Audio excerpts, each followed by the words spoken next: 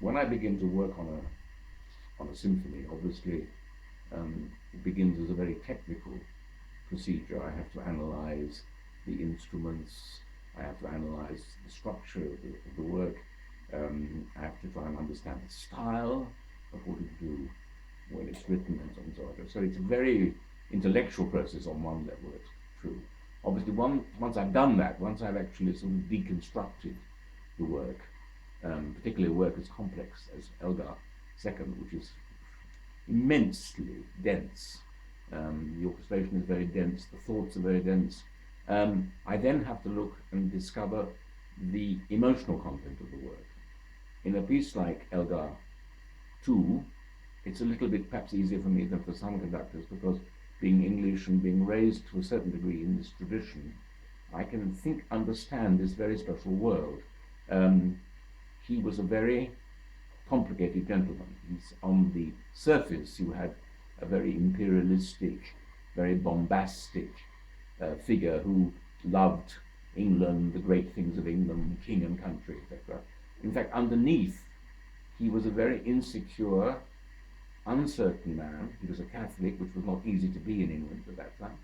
And the music has this Janus quality, these two faces, and that is what I think I probably try to look for in this piece. The two sides, the bombastic, the public, ceremonial figure, and this uncertain, this sadness that the ephemeral nature of the world. In fact, that's the most impressive thing about this symphony, is that when the great moments are over, when this great joyous celebration of public life is finished, there's this sad, although very resigned and accepting sense of sadness, of the things disappearing, of the things never lasting. I mean, in a way, death shadowing all that we do. And this is very strong in this music. It's the greatest moments in this music are these moments. And this is, of course, when I conduct a piece like this, these are the moments that I wish to emphasize and bring out for people. The Sibelius is a different matter. I'm an Englishman, he was a Finn. This is a very different world. This is a colder world, a world in which the influences of Russian music is very strong to hear.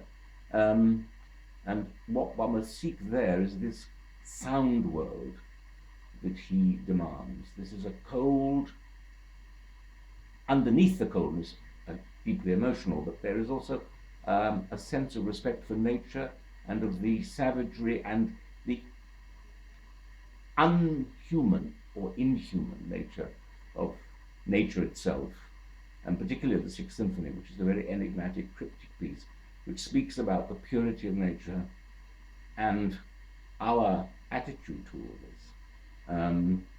The work begins with a vision almost of a clear lake with clear water, and ends with a deeply emotional hymn, which I see as a sort of human response to the greatness of nature. These qualities I try and bring out, because this piece is particularly, I think, difficult for the public to understand.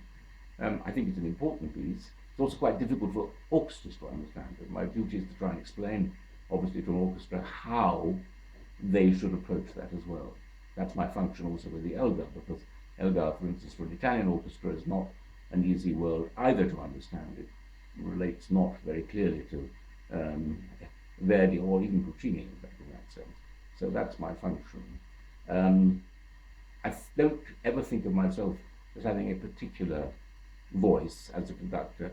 I try, as a conductor, to serve, obviously, the individual and very different needs of the composers that I do. I have a very strong relationship with Venice. I was thinking this time as I came back that the city has played a quite very important part in my music making. I've been making music here for more than 10 years in that sense. I worked throughout the La Fenice years, which were quite difficult for the house, and then it's a wonderful thing to come back here into the new house and do most of the Ring, most of the Wagner. This has been for me artistically very, very important. I mean, it's given me many chances to do things that maybe otherwise I wouldn't do. And also what's impressed me about the theatre is it's very open to ideas.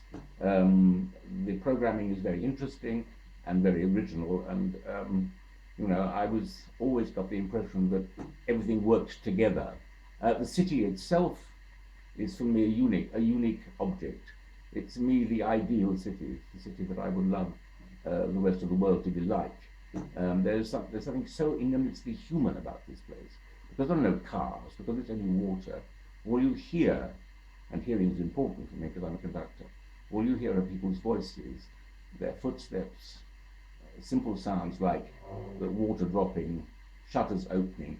There are none of the other things that make every other city in the world normal and not very acceptable. Here, somehow, the emphasis on the human being, and that is to me a miracle. It's a miracle that this city has not been ruined. I think it's one of the great miracles that Venice still exists. And it's very sad that the rest of the world doesn't look at Venice and say, maybe we should try and make our cities a little bit like this. Maestro.